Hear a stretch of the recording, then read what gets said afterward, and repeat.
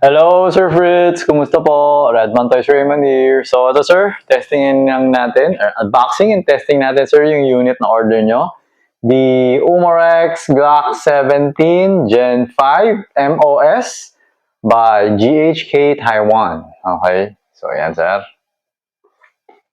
So, ito sir, meron siya nakasulat ng Cerakote. Ito yung coating ng aluminum slide and outer barrel. Okay?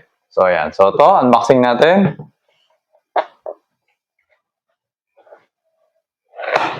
Okay.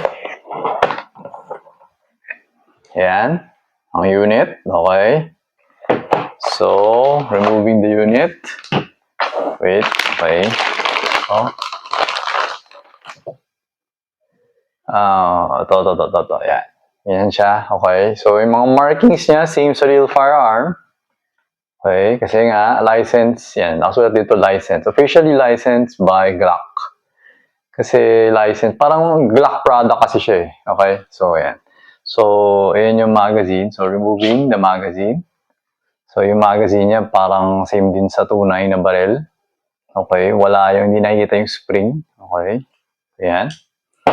Tapos, ito yung 4 pieces na optic plates. No? Okay? Yung plates para doon sa red dot. Okay? If ever. Tapos, meron siyang pin. Ay, hindi. Ano ba to? Tools, no? Dalawang tools. So, yung screw na gagamitin para dito, yung parang tools. Tapos yung isa, para sa hop-up yun. Yung mas manipis na allen, para sa hop-up. Okay? Alam ko, wait lang. Pwede ba to? Hindi. May maliit pala to.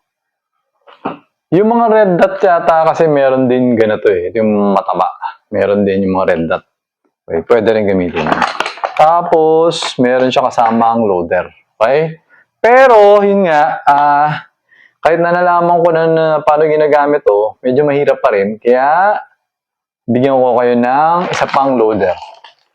Okay, free. Ito, made in Taiwan pa ng loader na to. So, yun, para kasi hindi nyo nakakalasin to kasi parang naka-super glue. Okay, so ayan. Mas mabilis kasi gamitin pag yung mas maliit yung adapter. Okay, so ito. So, yung unit nyo, no? So, ito yung magazine. Okay. So, ayan. Okay. So, remember this one. Okay, check this. Kasi, minsan meron tayong customer na parang hindi nila napapansin yan. Kasi nga, color black. Okay. Parang hindi ko alam kung nape-press siguro nila to, tapos biglang natatanggal yan. Okay? Kasi nga, malakas yung pressure, di ba? So, check nyo yan. Okay? Kaya minsan kasi, depende, iba-iba eh. Kasi yung recently, may nag-message, sir, ba't ganito pag baril niya, gumanon. Kasi nga, sabi ko, sir, check na to. Ito naman yung check mo. Minsan naman meron yung parang, iba yung ano, yun naman yung parang sa orientation kasi nga hindi diretso yung pagpasok ng magazine. Kasi kailangan, syempre ito, pag pinasok mo, nakadiretso, minsan kasi napapasok siya tabingi. So, pag tabingi, hindi nag-a-align yung ano to, itong gas route, saka yung nozzle. Okay? So, mamaya, medyo explain ko sa inyo paano. So, for now, ito gagawin natin. So, testingin muna natin. Okay? Testingin ko muna yung ano. Lagyan muna natin ng gas. Gas muna. Kasi pagka nilagyan natin ng BB, magiging matigas na yung spring na to eh. Mas mahirap na siya lagyan ng BB. Gas pala. Mas mahirap na siya lagyan ng gas. Kasi mahirap na buksan to. Kasi itong takip niya nakasalalay dun sa spring. Okay. So, wait. Sikipan ko lang konti. Konti lang. Just to make sure na okay. Parang chine-check lang natin. No? Make sure na hindi maluwag.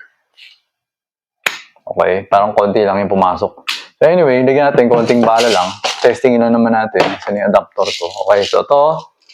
Yan. Yung adapter. Okay. So, pag nilagay mo na ganyan, medyo iangat mo lang ng konti. Huwag yung masyadong nakatapat dito. Medyo angat lang konti. Para talaga yung BB papasok dito. Okay, yan. Medyo angat ng konti. Yan. Okay. So, yun. Pwede na yun. Ilan kaya yun? 10, 11. Okay? So, yan. So, ngayon, let's turn on the chronograph, alright?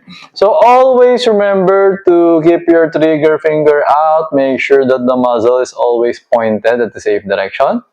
Okay, so, ayan.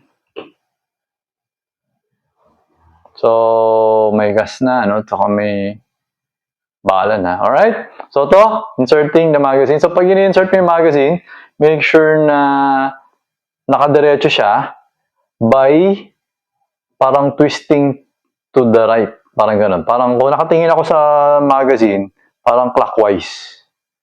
Ganun siya. So, para mas nakalapat. Kasi minsan, kasi nga, pag lalo na pag right-handed ka, minsan napapasok mo ng pag ganun eh. Ngayon, pag ganyan. Minsan i-insert mo ng pag ganun. So, pag ganyan kasi, hindi mag-align. Kaya kailangan medyo ganun. Kasi para medyo may space to eh. Medyo maluwag eh. So, make sure na pag ganun yung pasok mo. Okay? So, yan. Ganyan na. Tapos, kasana natin siya, no? Ganun lang. Okay? So, to, test fire sa chrono. Check muna natin FPS niya. Okay? Okay, wait lang. Medyo matigas yung trigger. Kaya nga sinasabi ko, hindi maganda to pang competition. Kasi ano siya eh, matigas yung trigger niya. Same kasi siya sa tunay na barrel. So, sa airsoft practical shooting, syempre, ang kalaban mo, puro normal, ordinary na airsoft, malalambot yung mga trigger. Diba? Yun nga yung actually, minomodify pa nga ng iba, mas pinapalambot pa nila para mas mabilis. Yun yun. Okay? So, yan. 298.6. Okay? Sa tingin ko, mas malakas tong pangalawa eh. Okay, tama nga ako. Kasi nga, parang brand new kasi siya. So, yung dahil sa sobrang bago niya, so, parang yung unang putok. Minsan ganun eh. Sa KJ parang minsan ganun din. Sa W, minsan ganun din. So, yan. Nag-335 na siya. Lumakas yung second eh. Tapos ito, tuloy-tuloy na to, malakas na to. Ayan, malakas na. 336 and 334.9. Okay? Yan. So, ngayon, accuracy test lang.